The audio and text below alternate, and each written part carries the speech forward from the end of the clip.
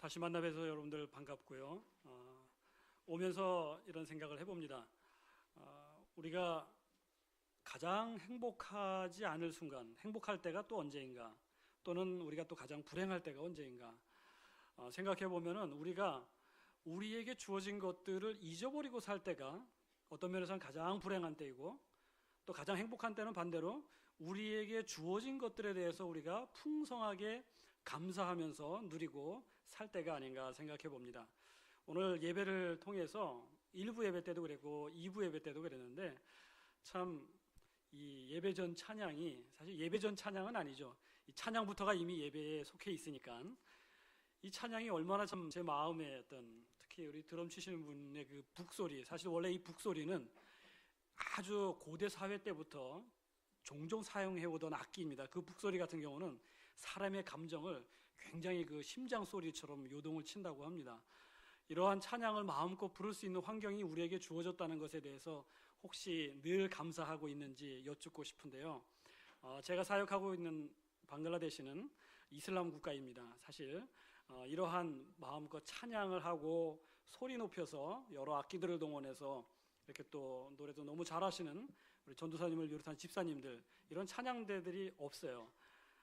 오래간만에 이런 가운데 와서 예배를 드리니까 이 예배 드리는 것이 얼마나 감사한가. 참 바라는 것은 우리 여기에 참석하신 모든 분들이 정말로 예배의 감격과 이러한 예배를 드릴 수 있는 것이 결코 아무 데서나 있는 것이 아니라 바로 이곳에서 주어졌음에 감사하면서 풍성하게 누리면은 더욱더 감사하겠습니다. 참 감사한 것은 우리 의왕교회 공동체하고 저하고 참 이렇게 부족하지만 함께 동역을 해주셔서 여러 가지 일들을 많이 감당할 수가 있었는데요. 잠깐 사진을 보면서 말씀을 좀 드리도록 하겠습니다. 지역개발센터에서는 저희는 방글라데시 수도 외곽에, 다카 수도 외곽에 조그마한 마을에 들어가서 사역을 하고 있습니다. 지역개발센터의 사역은 주로 세 가지가 이루어집니다. 첫째는 방과 후 교실, 해피홈스쿨이라고 합니다. 그리고 두 번째로는 어린아이들한테, 영유아들한테 우유를 나누어주는, 분유를 나누어주는 프로그램입니다. 세 번째는 모자 복원 교실을 해서 세 가지를 이루어지고 있는데요. 제일 첫 번째 그림을 그리는 모습이 바로 그 해피홈스쿨에 와서 아이들이 그림을 그리는 것입니다. 그리고 이 지금 나오고 있는 화면은 어린아이들한테 분유를 나누어주고 있는 그러한 프로그램이고요. 다음 넘겨주시면 감사합니다. 또 이제 어른들하고 같이 함께 마을에 대해서 우리가 어떻게 하면 조금 더 도움을 줄 것인가 회의하는 모습이고요. 또 넘겨주시면 감사합니다. 그리고 이거는 이제 지난 크리스마스 때에 2014년 12월 23일 날 크리스마스 저희가 행사를 했습니다. 크리스마스, 저 뒤에 보이는 선생님들, 저희 스태프들이 대부분이 사실은 무슬림들입니다. 그럼에도 불구하고 직접적으로 우리가 복음을 그들에게 전하고 있지는 않지만, 부족하지만 저의 연약한 삶을 통해서 함께 이야기를 나누고 하는 가운데 2년 동안에 그래도 사람들이 이제는 무슨 일이 생기면 저한테 와서 기도해달라고 하고, 물론 마을 사람들은 제가 누군지 다 압니다. 뭐 하러 왔는지. 그러나 직접적으로 입을 벌려서 그들에게 예수님을 증거하지는 못하고 있지만, 단 하루를 제외한, 바로 이 크리스마스를 제외한 날은, 크리스마스 날에는 저희가 직접적으로 복음을 전합니다.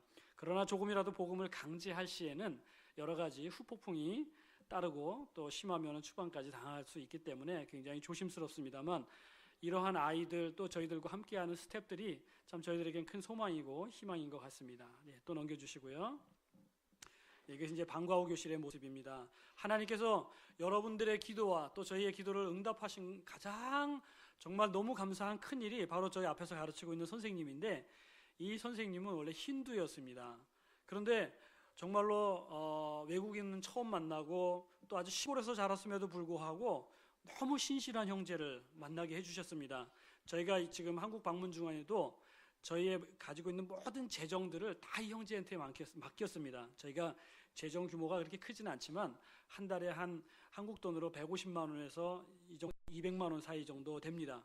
그런데 사실 그 돈이면요, 이 현지인들의 2년 정도 연봉이 됩니다. 2년치 연봉. 한국으로 따지면 거의 1억에 가까운 수준이라고도 볼 수가 있죠.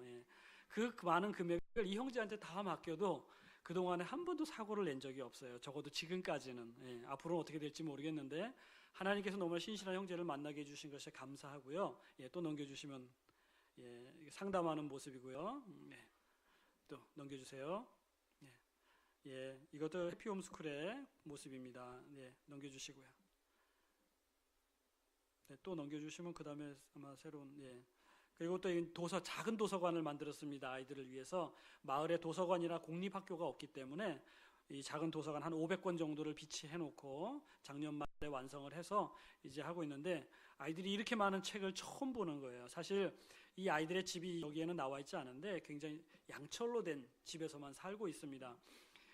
우리가 생각하고 있는 작은 것 하나도 이 아이들에게는 사실 너무나 큰 도움이 되고, 이 마을 사람들에게는 정말 전혀 겪어보지 못한 그러한 일들이었는데, 그동안에 제가 사역하고 있는 이 마을이 그동안에 그 다카와 굉장히 가까움에도 불구하고 그동안 외국인들이 전혀 들어가지 못했던 이유는 이슬람이 특히나 아주 강성 무슬림들이 사는 지역이라서 그렇습니다.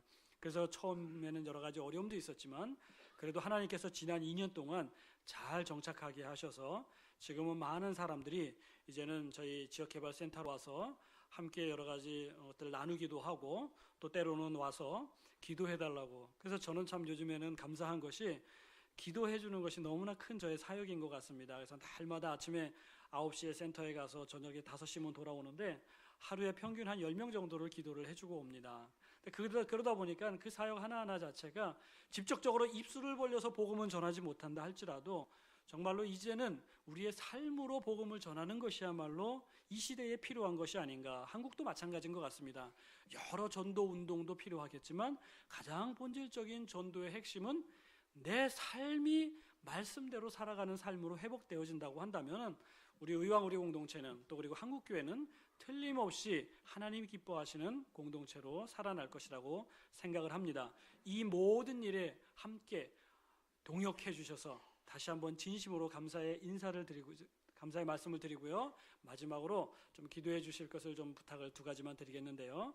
첫 번째로는 이제 저희 지역개발센터가 2년이 지나가지고 그동안에 이 지역개발센터의 모든 사역을 할 수 있도록 의왕 우리 교회에서 동역을 해주셨습니다. 이 센터에. 근데 이번에 너무 터무니없게 그 월세를 올리는 바람에 어떻게 해야 되나 지금 고민 중입니다. 지금 5월 말까지 비워줘야 되는데 그 부분에 대해서 하나님의 뜻대로 잘 좀 해결될 수 있도록 기도를 부탁드리고요. 2번째는 아까 말씀드린 대로 저도 이제 방글라데시에 간 지 조금 시간이 되다 보니까 스스로가 매너리즘에 빠지는 것 같아요. 예. 아마 여기 계신 분들도 그런 혹시나 그런 느낌이 들 수도 있는데, 처음 교회에 오실 때와 좀 다를 수도 있는데, 정말 늘 깨어서 기도하면서 성령의 민감한 그 음성을 들을 수 있는 그 어떤 영적인 예민함이 저 안에 살아있을 수 있도록, 그러나 이것은 동시에 우리 모두의 기도의 제목이기도 할 것입니다. 이 2가지를 위해서 앞으로도 좀 기도를 해주시면 감사드리고요. 다시 한번 여러분들께 진심으로 동역해 주셔서 감사한 말씀을 인사를 드리고 마무리하도록 하겠습니다. 감사합니다.